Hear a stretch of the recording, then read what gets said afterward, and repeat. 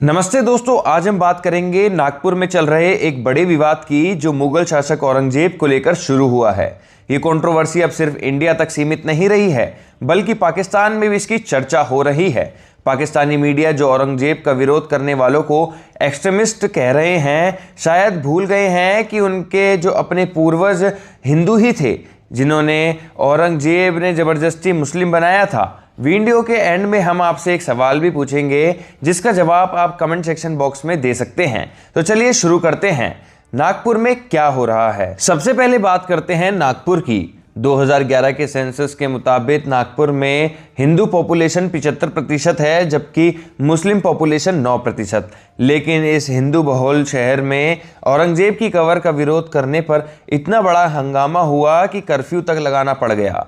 कुछ लोगों की धार्मिक भावनाएं आहत हो गई और वॉयलेंस शुरू हो गया। रिपोर्ट के मुताबिक दुकान, मकान, स्कूटर और गाड़ियां जलाई गई और कई लोग दावा कर रहे हैं कि हिंदुओं की प्रॉपर्टी को चुन चुनकर निशाना बनाया गया। मशहूर वकील अश्वनी उपाध्याय का कहना है कि ये अटैक उस नागपुर में हुआ जो छत्रपति शिवाजी महाराज और संभाजी महाराज की कर्मभूमि रही है। ये वही शहर है जहां आरएसएस का हेडक्वार्टर भी है। उनका ये भी कहना है कि आज जो लोग औरंगजेब के लिए लड़ रहे हैं वो उन्हीं कन्वर्टेड हिंदुओं के वंशज हैं जिन्हें औरंगजेब ने ज़बरदस्ती मुस्लिम बना दिया था। अब ये मुद्दा नागपुर से निकलकर पाकिस्तान तक पहुंच गया है। पाकिस्तानी मीडिया उन लोगों को एक्सट्रीमिस्ट कह रही है जो औरंगजेब का विरोध कर रहे हैं।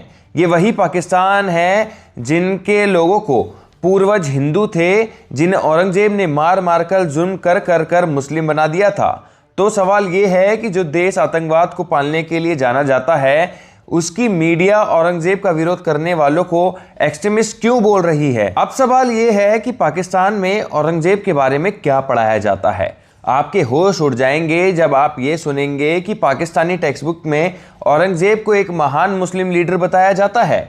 उनकी किताबों में लिखा है कि औरंगजेब ने अपने धर्म को सबसे ऊपर रखा और वो एक आदर्श शख्स था। मुस्लिम अंपायर का पतना का जिम्मेदार औरंगजेब को नहीं बल्कि अकबर को ठहराया जाता है। लेकिन सच्चाई ये है कि छत्रपति शिवाजी महाराज ने औरंगजेब की सेना को बर्बाद करके रख दिया था।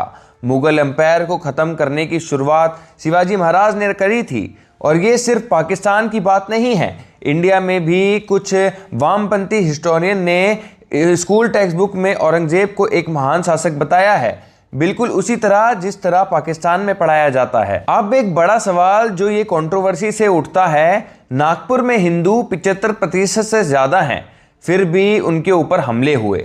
लेकिन दुबई, आबू धाबी और कुवैत जैसे देशों में हिंदू सिर्फ 7 से 8% हैं, फिर भी वो वहाँ पर सेफ हैं। ऐसा क्यों? क्या वजह हो सकती है? क्या ये गवर्नेंस का फ़र्क है? गल्फ कंट्री में स्ट्रिक्ट क्लॉज और स्ट्रॉन्ग लॉ इन्फोर्समेंट माइनॉरिटीज़ को भी सुरक्षा देता है। वहाँ इकोनॉमिक डेवलपमेंट पर फोकस है, जबकि नागपुर जैसे शहरों में शायद सोशल पॉलिटिकल टेंशन इसकी वजह हो सकती है। ये एक विचार करने वाला मुद्दा है। तो दोस्तों, ये था नागपुर और औरंगजेब विवाद का पूरा मामला।